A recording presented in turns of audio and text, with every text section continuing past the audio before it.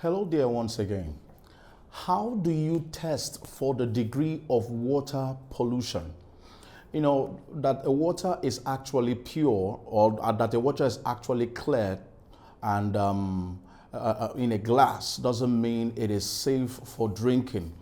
And that particular type of water or that particular water can be polluted.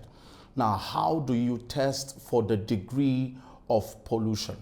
Now, we use what we call the BOD. BOD simply means biochemical oxygen demand. Now, the biochemical oxygen demand in any water body can be used to test the degree to which that water body is polluted.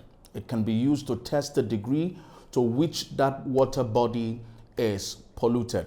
Now, the test measures the amount of oxygen bacteria, that is aerobic bacteria, that is found there or needed to break down the organic matter in a water sample within a fixed period of time. Now, this simply means that a higher BOD, that is the biochemical oxygen demand, indicates a greater degree of water pollution. So if you check the water and the BOD is high, it simply means that the water pollution in that particular sample of water is also high. However, if you want to drink water, ensure that that water contains or has a very low biochemical oxygen demand. Now, this brings us to the topic we are going to be looking at today, and that topic is water pollution. Water pollution. Now, it has been a topic that has been so much of a concern to a lot of persons concerning pollution. Talking about pollution, air pollution, talking about water pollution, land pollution, and so on. Last time we defined pollution as the process by which harmful substances are introduced or released into the environment to the extent that they cause biological damage. Now, pollution is an environmental hazard that shouldn't be taken lightly. So today we're going to be looking at water pollution. Now, but before we go into the discussion on water pollution, there are specific objectives you should take note of at the end of this class. That should be your guide to help you know if you have actually understood this particular topic. Now, the first one, you should be able to define what water pollution is. Be able to define it. Number two, you should be able to mention some water pollutants as well as their resources. Number three, you should be able to mention the effects of water pollutants, the effects, some of the negative, mostly the negative effects of water pollutants. And number four, you should be able to mention the control of water pollution, how we can control or prevent water pollution. And then finally, you should be able to explain the method involved in purifying water. You know, the methods involved in purifying water helps a whole lot. So we're going to be looking at all these aspects, and some of them are some of the subtopics we are going to be looking at in this particular topic. Now, let's start by looking at what is water. Now, water is a common substance known in the world, a very common substance. You look around you, you can easily get in contact with water. The rainfall is also producing, or is also a means through which we can get water. Now, I'm not saying that the whole globe is filled with water. There are some places where you go to and you have scarcity of water. Now, these places include the desert areas, the arid lands. You can get scarcity of water. But I believe everyone has a good knowledge of what water is, and I have seen water.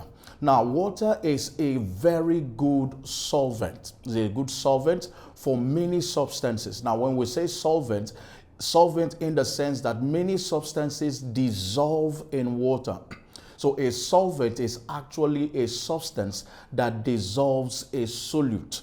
Now, a solute is a substance that is also dissolved in a solvent. I'll give you an example. We have salt. Salt is a solute. It can dissolve in a solvent, which is what? Water.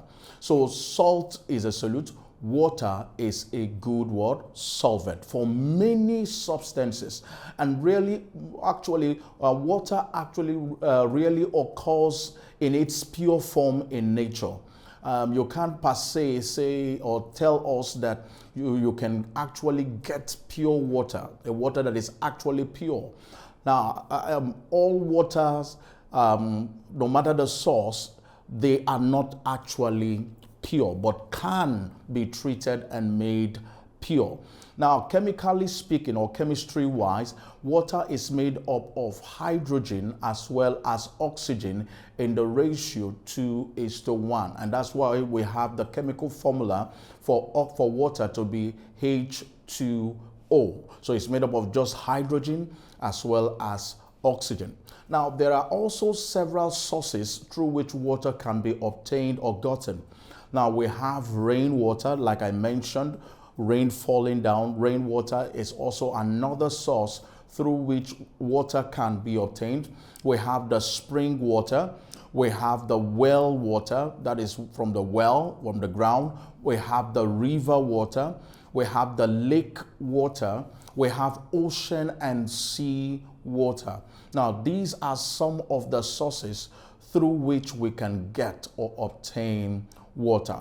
Now, looking at water pollution, what necessarily brings about water pollution? Remember, I said that water we get, the water we actually source out from different sources, they are not pure. However, these water sources or these water, if gotten and taken in like that, can pose a big threat to life and also to the environment. Now, water pollution has to do with the release or the introduction of harmful substances into the water to an extent that it causes biological damage to man as well as his resources. So anything that is released into the water bodies that brings about biological damage to man, not only to man, to animals or to living organisms, and also to the resources. Now, when we're talking about resources, we include both living and non-living resources. But this time we're looking at the living resources, which generally is talking about plants as well as animals. So anything that can cause harm to these resources or cause biological harm to man can be referred to as water pollution.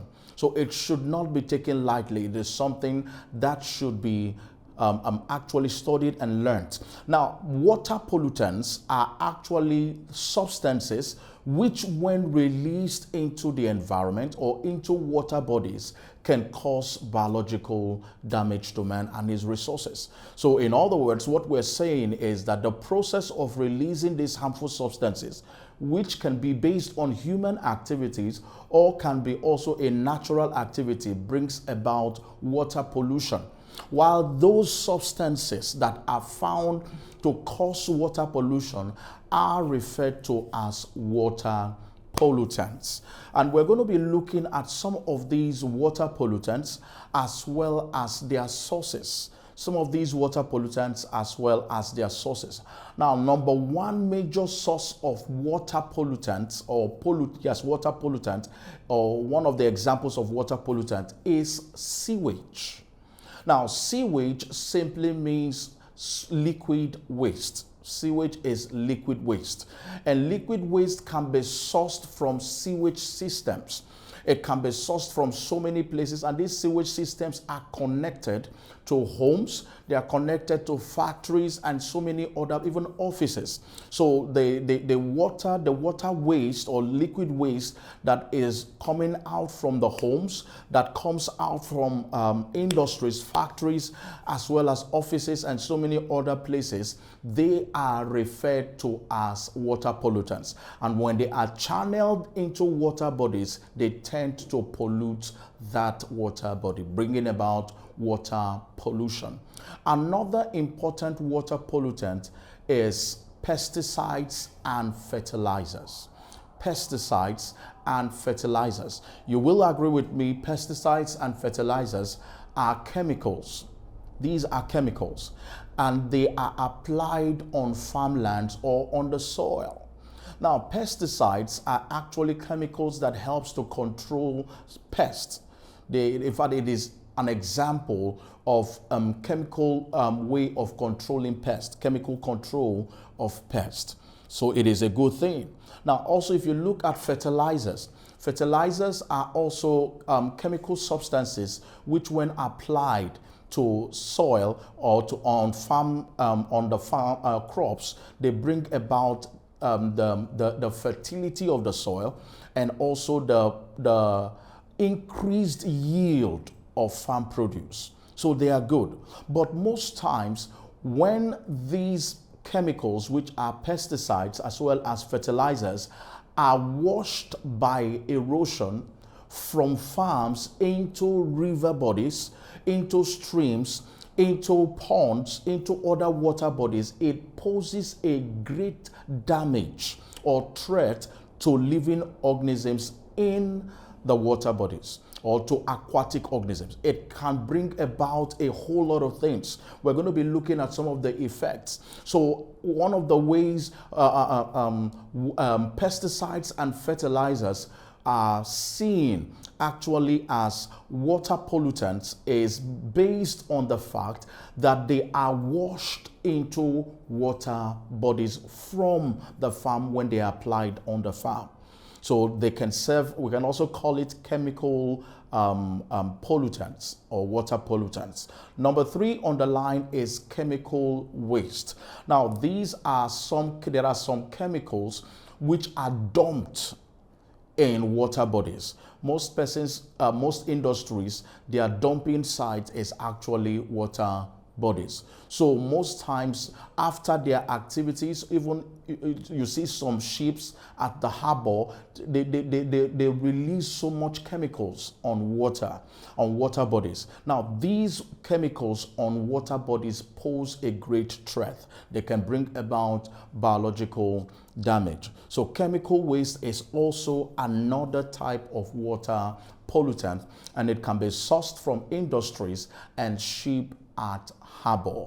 Number 4 is excreta or feces. Now, in some parts of Africa, mostly in rural areas, most persons use water or go to the streams or the rivers actually to defecate or to pass out excreta. So in so doing, they end up polluting that particular water body. Now, excreta and feces can also be seen as what? Water waste. They can also be, water pollutants. They can be seen as water pollutant. And of course, you know, they can be sourced from humans as well as animals. Another example or type of water pollutant is crude oil.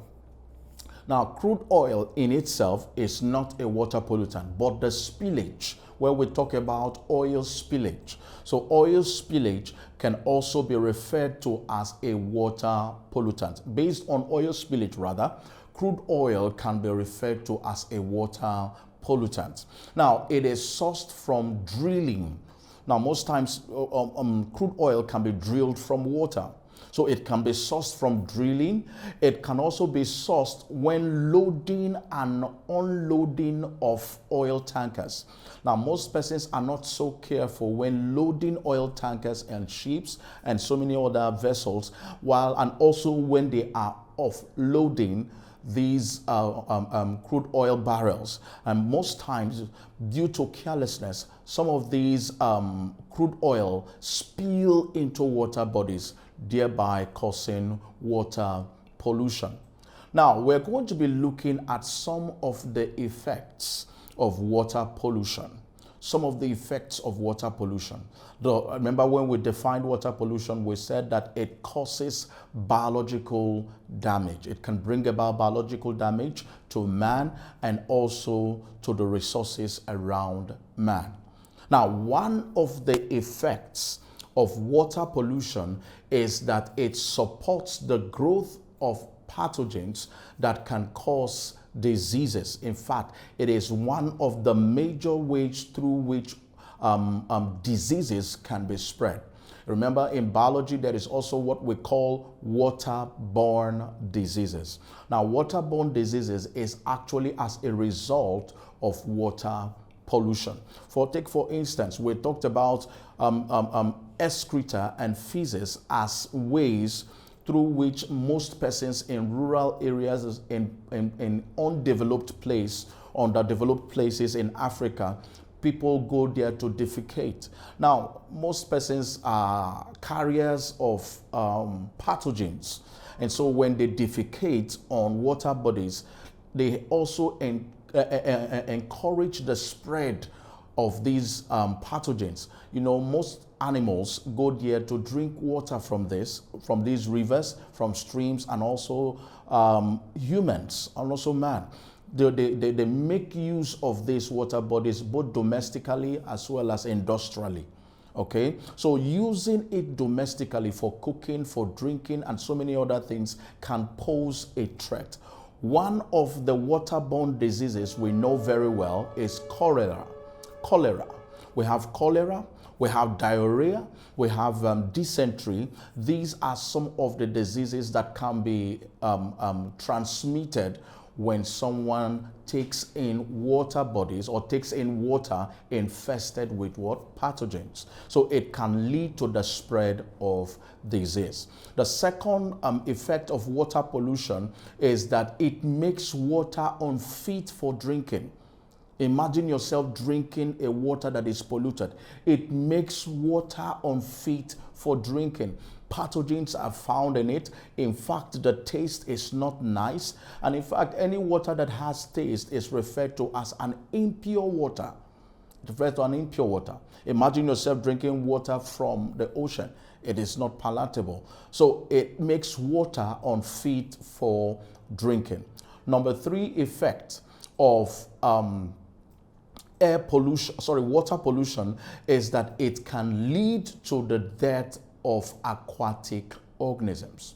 It can lead to the death of aquatic organisms.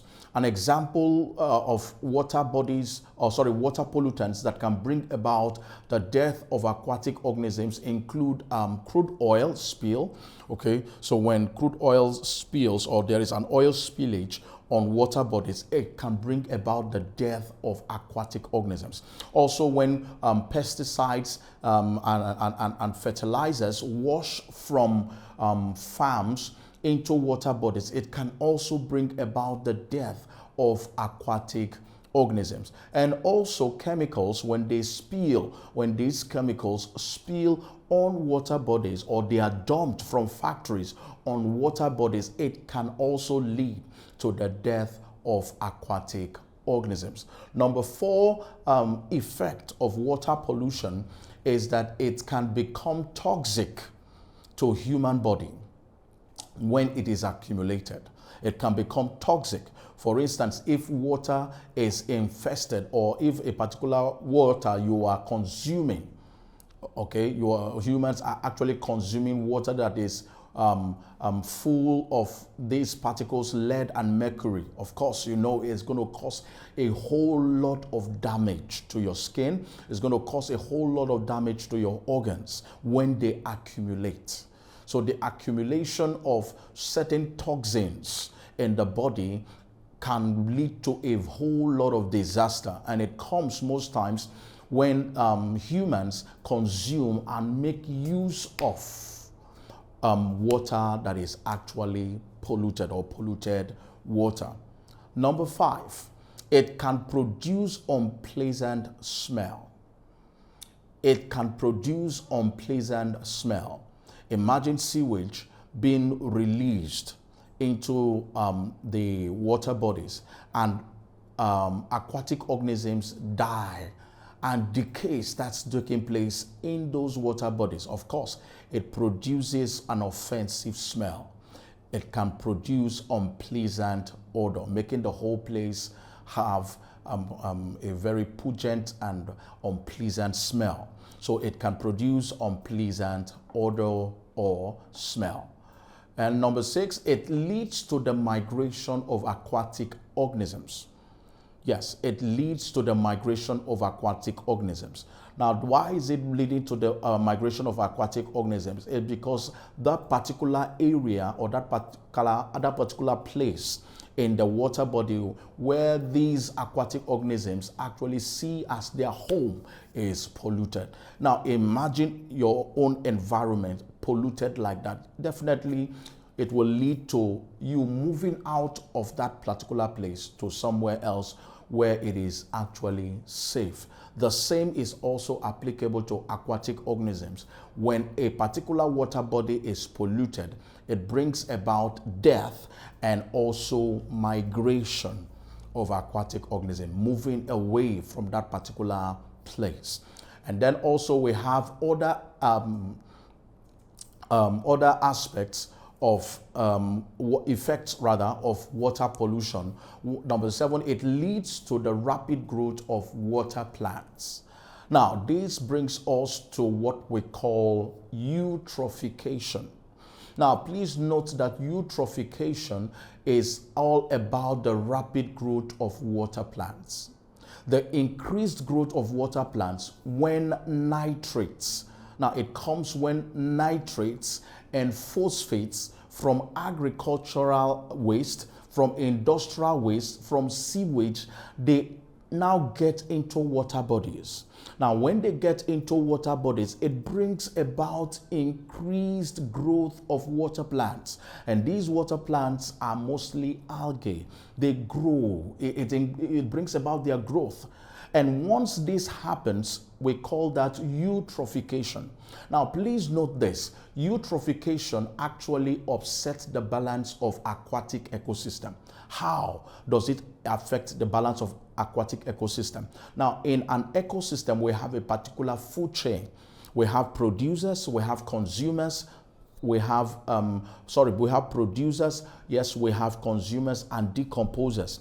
Now, the consumers, we have primary consumers, secondary consumers, and tertiary consumers. Now, once this happens, once eutrophication sets in, it means that producers are increased in number. We have more number of producers, and then we also have less number of primary consumers to feed on those producers.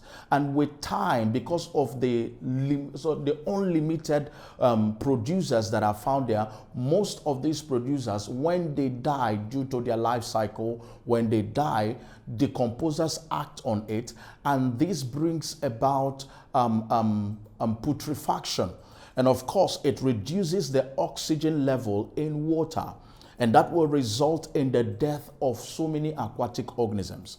And of course, if it brings about the death of so many aquatic organisms, fishing will be so impossible in such an environment. You see that organisms die. Aquatic organisms like fish tend to die in these water bodies where eutrophication is usually high. And also, apart from that, these algae, they tend to block the movement, the free movement of aquatic organisms in the water bodies. It tends to block the free movement or impede the free movement of water, of aquatic organisms. So eutrophication can also be regarded as an effect of water pollution. Now, how do we control water pollution? How do we control it? Now, there are several ways we can actually help to control water pollution.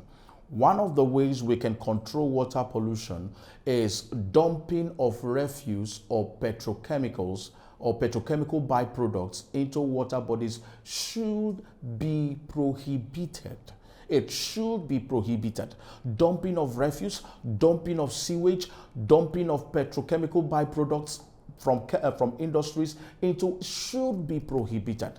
So the legislations or the government should put a law to prohibit and punish any offender that does that. Okay, so that is one of the ways we can actually control water pollution. Another way of controlling water pollution is efficient and proper sewage and refuse disposal system. Now, when we have this, it helps a whole lot. There are several ways we can efficiently and properly dispose sewage. You can treat the sewage before disposing them into water bodies. Also, when you talk about refuse, some persons dump refuse into water bodies, and also that causes harm. That brings about water pollution. There are also ways we can efficiently dispose of our refuse by converting most of this refuse to compost, or you can put them as in a recycle bin to be recycled. And these are several efficient and proper ways we can dispose our waste. Number 3 ways we can control air pollution is water pollution rather, is that industries should be sited far away from residential areas. Sited far away from residential areas so that their emissions, mostly byproducts, like we've just mentioned, the chemical byproducts or petrochemical byproducts of industries, they can be washed into water bodies that are found around residential areas, of which they know that residents or humans or people actually make use of this water. They use it, they consume this water. They actually use it for domestic uses. So these industries should be sited far away from residential area. And one other most important way we can control it is public enlightenment or education. People must be educated. People should be educated on ways to safely and effectively or properly dispose waste, and also let people know the dangers, the hazard of improper disposal of waste on water bodies, what it brings about, what it causes. Now, most of this public enlightenment should go to the rural areas where people, like some persons, go there to defecate on water bodies. Public enlightenments should be taken to those areas, also in the urban areas or city or towns. Public education, public enlightenment should be carried out frequently to sensitize and create awareness among people. And then also number 5, industrial effluent should be recycled. Not everything, like we just mentioned, we can also classify this under efficient and proper sewage disposal. Remember, we said recycling is one of the ways we can efficiently and effectively dispose waste. And then also, government should strictly monitor industrial waste. They should monitor it. Mostly how they are disposed. They should monitor it. Government should set up agencies, and these agencies should be put to work to go around and monitor, strict monitoring. Now, this will help to put a check on how waste are being disposed on our environment, how waste are being disposed. And then these are some of the ways we can effectively and safely, ways we can control water pollution. But before we go, if a water is polluted, how can you change it from being polluted to becoming not polluted or treated or pure? Now, there are several ways we can treat polluted water and make them safe for consumption. Now, one of the ways we can, or methods of water purification, is aeration. Now, aeration is actually letting air mix with the water, to allow air to mix with the water. Now, one of the things it does is that it helps to remove iron 3 and also other volatile chemicals, and also to remove various odor, helps to remove odor. Remember, one of the things we said about one of the effects of water pollution is that most water that are actually polluted, they have an unpleasant smell. And one of the ways we can remove these unpleasant smell or remove it to a barest minimum is aeration. Now, after aeration, the next thing to be done is coagulation. Now, coagulation simply means mixing chemicals like what we call potash alum to the water, to the polluted water per se. Okay, when you mix chemicals with the polluted water. Now, this chemical is called potash alum. Now, potash alum causes the particles that are found inside of the water to clump together in order to form a big dirt particle. Now, once it happens, the next stage takes place, which is called sedimentation. You now allow these the water that is already in the tank mixed with the chemical to settle. Now, when it settles, you will find out that the big dirt particle will sediment. That is, it will settle at the bottom of the tank. It will settle down at the bottom of the tank, and then you will have a clear water on top. Okay, now that is what we call sedimentation. Now, that doesn't mean the water is pure, that you can scoop the clear water and drink and it's safe. No, the next stage after sedimentation is filtration. Now, filtration, you pass it through what we call a filter bed. Now, the filter bed helps to remove the remaining fine particles of dirt.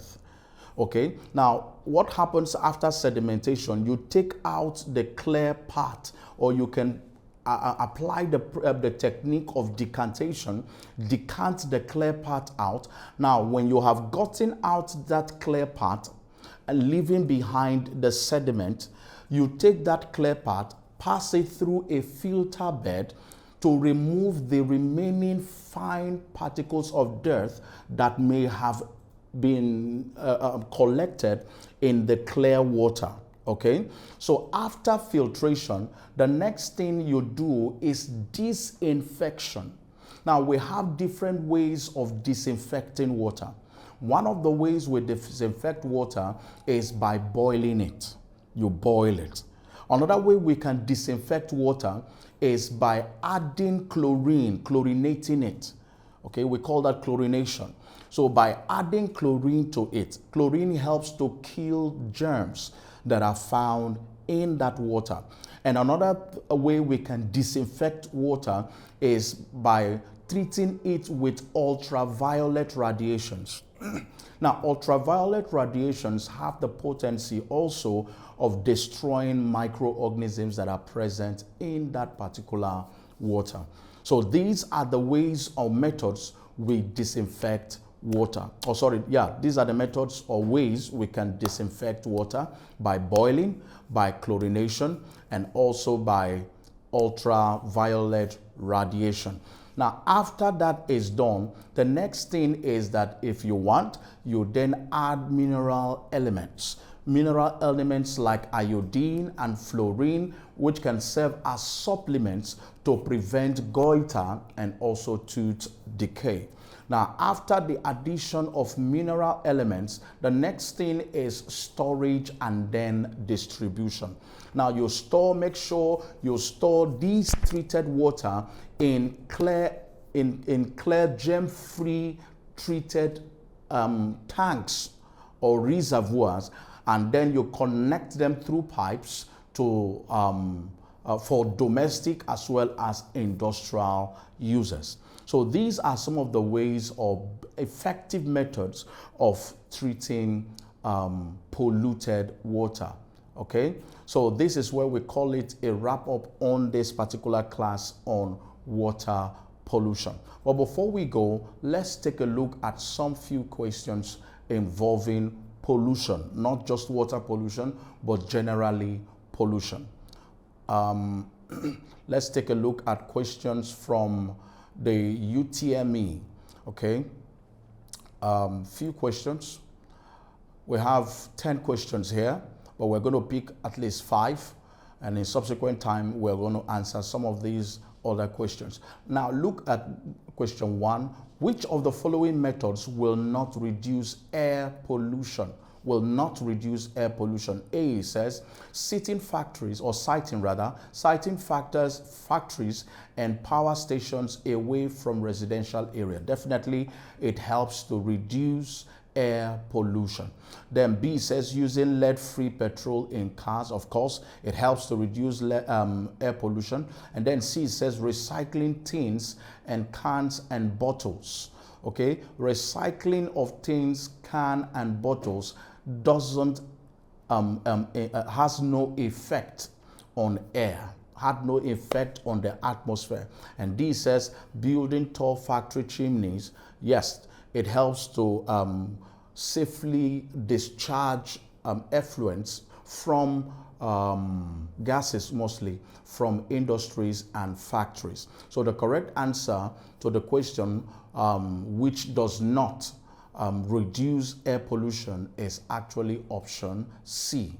So we have it as option C. Quickly, question 2, the pollutants that contribute to the depletion of the ozone layer. If you check our previous videos, we said it is chlorofluorocarbon, not oxides of sulfur, not oxides of carbon, not also radioactive materials, but chlorofluorocarbon. This one still on air pollution, a constituent of the exhaust fumes from electricity generating sets which cause serious air pollution. Of course, it is C, which is carbon 2 oxide, that's carbon monoxide. And then also we have another question here. The most effective method of dealing with non-biodegradable pollutants is by recycling it. Non-biodegradable, the best way of dealing with it is by not dumping it. For instance, we're going to be talking much about that when we start looking at land pollution. And then finally, look at this question that has to do with water pollution. It says that the excessive use of agrochemicals. Remember, we made mention of some agrochemicals like pesticides as well as fertilizers. So the excessive use of agrochemicals could lead to the pollution of what? The correct answer is not the atmosphere, not the lithosphere. Lithosphere is the solid part of the earth. Atmosphere is the gaseous part of the earth, not space, but definitely fresh water. Okay, so our correct option and answer is A. Thank you for participating in today's class. You can practice more questions using your ExamGuide app. The app scores and gives a detailed explanation of all the questions at the end of your practice test. You can also learn particular topics of interest with different modes like study mode, mock mode, and even practice mode. It also has other features that makes learning very fun. Now, it is a must for all serious students. Download from www.examguide.com if you don't have it yet. See you in the next class. Don't forget to subscribe to our channels, hit the notification bell, and share the videos to your loved ones and friends that will benefit from it. Bye for now.